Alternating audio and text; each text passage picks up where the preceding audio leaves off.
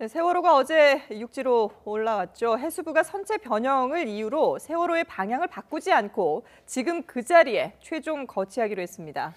현장에서는 눈으로 보기에도 선체가 틀어진 모습이 보인다고 하는데 세월호 육상 최종 거치 작업은 내일 오전이면 마무리될 것으로 보입니다. 네, 현장으로 가보겠습니다. 백종규 기자.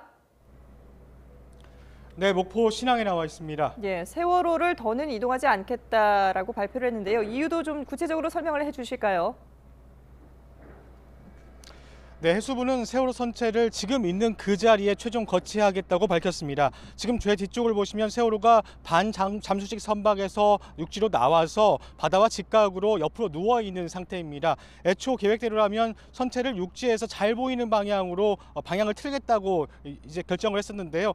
미 수습자 가족들이 수습 과정을 지켜보게 해달라는 요청 때문입니다. 하지만 해수부는 이럴 경우 선체 변형이 커질 수 있다면서 지금 그 자리에 최종 거치를 결정했다고 밝혔습니다.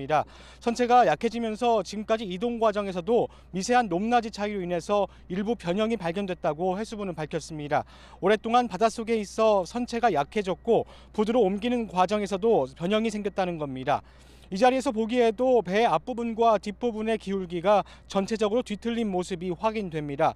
선수 쪽이 부두 바다 쪽으로 덜 기울었고 객실이 밀집하고 증개축이 이루어진 것으로 알려진 선미 쪽은 더 많이 기울어 있는 모습입니다. 이런 변형 현상을 해수부는 꼬임 현상이 발견됐다는 말로 설명했는데요. 만약에 이 상태에서 더 이동을 하면 선체 안전성을 장담할 수 없어 선체조사위원회와 협의 끝에 이 같은 결정을 내렸다고 밝혔습니다.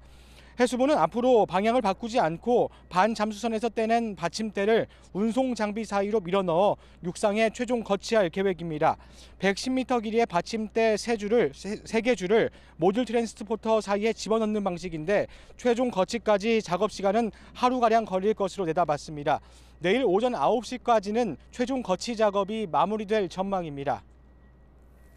네, 이렇게 최종 거치가 된다고 해도 미수습자를 찾는 수색 작업까지는 일주일 정도 시간이 더 걸릴 걸로 보인다고요. 네, 그렇습니다. 최종 거치 작업이 완료된다고 하더라도 선내 수색 작업이 진행될 수는 없습니다. 사전 준비 작업을 거쳐야 하기 때문인데요.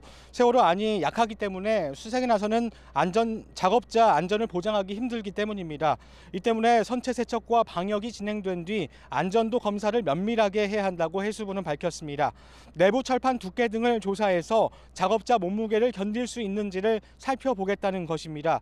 또 산소 농도가 충분한지 선체 안에 유해가스는 없는지도 다시 한번 꼼꼼하게 살필 예정입니다. 선체 수색에 앞선 이런 준비 시간은 약 일주일가량 걸릴 것으로 보입니다. 그러니까 오는 17일 이후에야 선내 수색이 시도될 것으로 예상이 되는데요. 해수부는 오늘도 침몰 해역인 진도 바다에서 수중 수색 작업을 진행했습니다. 계획은 어제와 같은 구역에 잠수사 2명이 들어가 수색 작업을 펼쳤지만 큰 성과는 없었던 것으로 확인이 됐습니다. 12시 40분에 시작된 해저 수색 작업은 약 1시간 10분 뒤인 오후 1시 50분쯤 마무리가 됐습니다. 해저 수색이 중단된 이유는 날씨 때문인데요. 맹골수도에 초속 11m가 넘는 강한 바람 그리고 강한 조류 때문으로 분석이 됩니다.